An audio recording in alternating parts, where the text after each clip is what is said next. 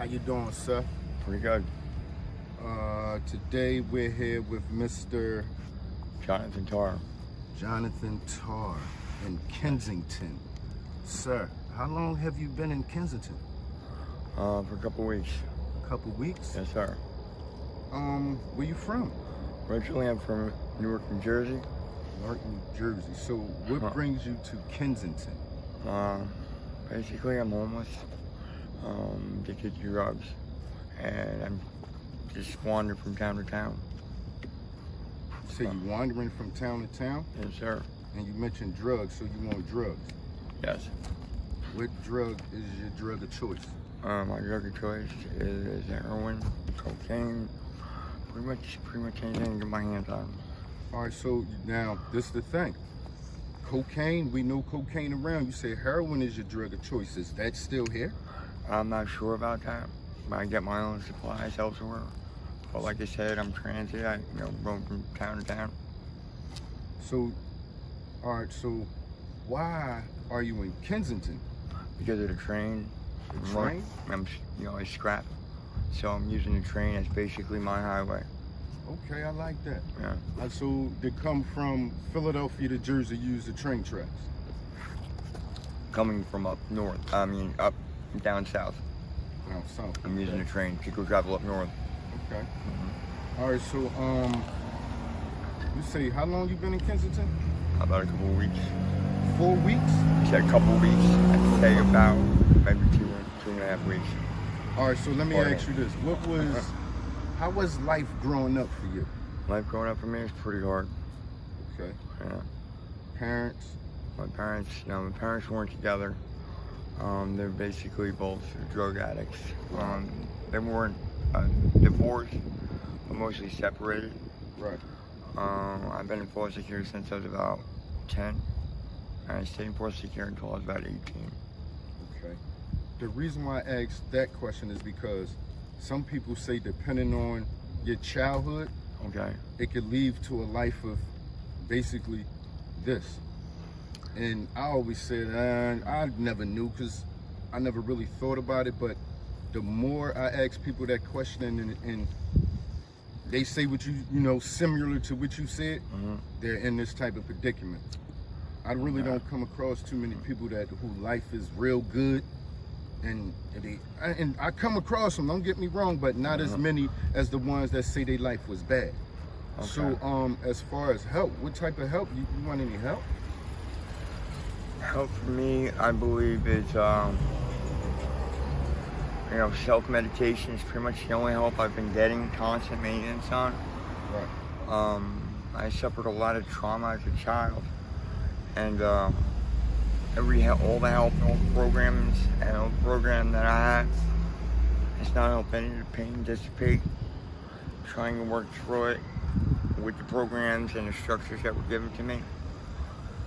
For me, it made things even worse. It made the wounds a lot more tenderer.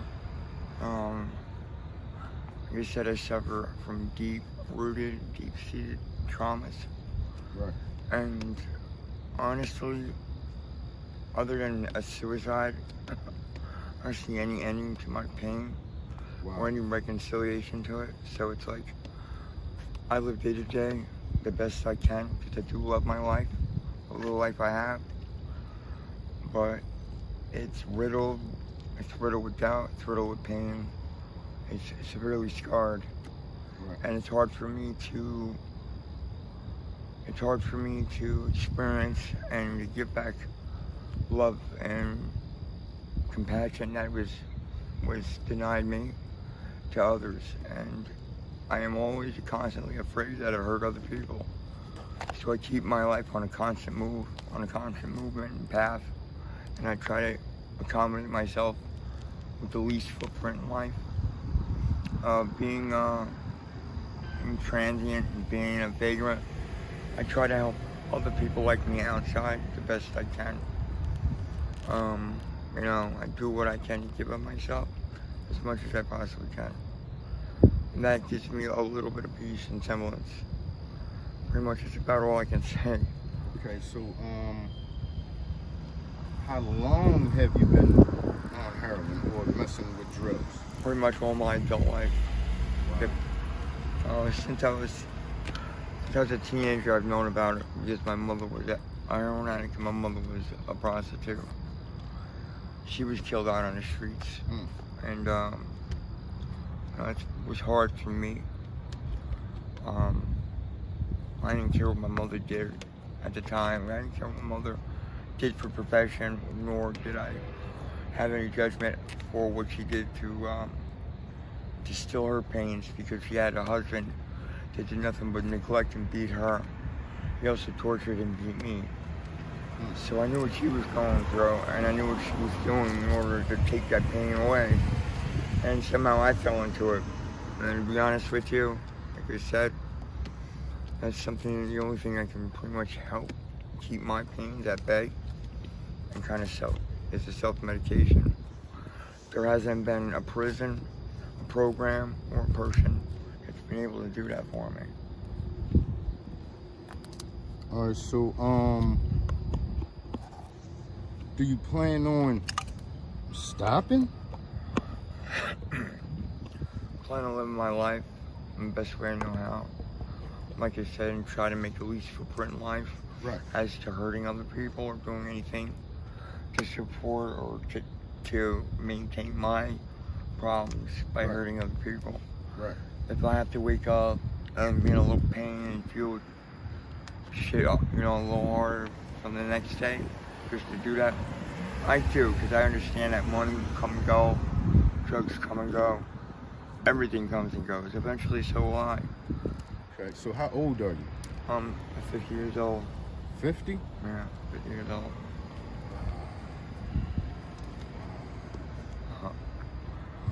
So, Kensington. What do you think of Kensington? What is your opinion of Kensington? Kensington? I mean, I've known Kensington, and I've known Philadelphia, and I've known Pittsburgh. It's another colonial town, another colonial city. It's a great city. Like I said, I'm just passing through. I went through many cities since I've been up here: Charleston, South Carolina, Fort Lauderdale, Miami, Raleigh, Richmond. I plan on going all the way up to Maine, and hopefully I'll be able to run through Canada. It's one thing I want to do before I go. I want to be able to see stuff on my terms, land, Right. different places. So Right. that's what I'm doing. All right, so, but the reason why I asked that is because a lot of people are in Kensington. Why are they not in some other city? They what's so special about Kensington? Sir, that I do not know. To you could me. be somewhere else. Sure, I guess, and I will be soon. This train line goes through to other cities. Right. And I'll be on the next thing soon, smoking. Okay. For me right now, the season's coming to an end, and it is time for me to move on, and time for me to visit other sites. So soon I'll be heading that way. As to what other people feel as though what's different about it and all that, I would say it's the atmosphere, of people. There's a lot of good people in this area. There's a lot of good people in this state. There's a lot of bad elements, but honestly, I'm not sure what it actually is. I see the same things here as many other places. Oh, so you say you see the same thing in other places that you see here. So Kensington is not the only place that you see what you see in Kensington. Well, it depends on what you're asking, specifically what you mean, what am I saying? People land all everywhere.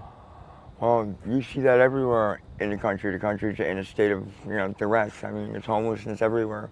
If there was a lot more... In the middle of the sidewalk, everybody land? Everybody doing that? If you go to other towns and in other states, you see the same thing. Fort Lauderdale, you see the same thing. Miami, you see the same thing. Matter of fact, in Miami, I can turn around and see a $500,000 car, turn around and see a person like me, quote unquote, sitting begging for change at the McDonald's. You see that. It is what it is. Whether it's right or wrong, it's not for me to say. That's what politics are for. That's what the borough does. They're the ones who make the laws. Okay. I'm just talking about life in general. Me being a hobo, taking the train through towns. Like I say, I don't bang on people's doors. I don't cry, bother people for money. I don't sit and lay in the street. I try to keep to myself, make the least impact possible and keep it moving. What other people do is very little to my concern, as other people aren't concerned about me as much. Right. There are people that God put in my path, and they do help me, and I'm forever grateful for that. I really am. And for that, I give respect as much as possible. And like I said, to where I'm at, I respect the laws and orders of a township or a state, and I keep it moving. I believe that it's tough to see a lot of that. I don't like to see people suffering. I don't like to suffer. I wish there was a lot more things that people, programs and stuff that people can have, and I wish people would take that and accept programs and try to help themselves and do better. But I can only discipline myself so others don't have to. Two more questions. Sure. How much do you daily use? Me? Yes. It all depends on, how I feel. How much do you, just a range, how much do you spend a day? How much I spend a day? Yes. Usually I don't spend any money. I don't. I usually don't really spend any money. So how you support yourself? I support myself just like everybody else. I mean, I you live on the rub streets. pennies Do you together. have a job? Do I have a job? My job? No, I'm homeless. Okay. So I'm how do you employment. support yourself? I go through garbage cans to eat. People see me. They see me going through stuff. Sometimes they stop and they hand me food. They give me something to drink. Do they give you drugs? That's what I'm basically asking. I don't accept that. If I want drugs, I get them myself. I accept anything, any gratuity other than that, because that ain't feeding me, that ain't helping me. It's hurting me. But I hurt myself. The point I'm getting at is, I understand the point you're trying to get at, and I'm alluding to that question. Right. Because I'm not going to put any type of negative Gotcha. impact on the state in this town. I got you. It's a beautiful town. Other people you might want to talk to about that, me, I'm not going to say anything negative about that. Like you said, my personal pain and suffering is my personal problem. Absolutely. If somebody's going to offer me something, I'm only going to take it if it's going to sustain my life, maybe help it make it better. Drugs, they're not going to help me. All they're going to do is help alleviate my pain. I go to who I have to go to, like my doctor, my pharmacist, to do that for me alone. Okay. And with that, I would like you to respect my answer to that. Absolutely. I understand where you're getting at and stuff like that. And I understand there is a big issue. And, politicians, I think the best thing to do is talk to your lobbyists, the councilmen and stuff like that. Maybe there's something that, people can do. Yeah, we're going to try to get to them. We're going to try. I'm not the guy that, I can only start being an example. And I wish I can be a better example in life. But like I said, I've got a lot of stuff going on with me alone. And it's tough for me. I try to stay out of the way of the working class and the people. I try not to infringe on their lifestyle. They have the rights to own a home, have property, and not have to see me in their front yard. I understand that. So I keep it moving with that. And I respect that. Like I respect the laws of the land.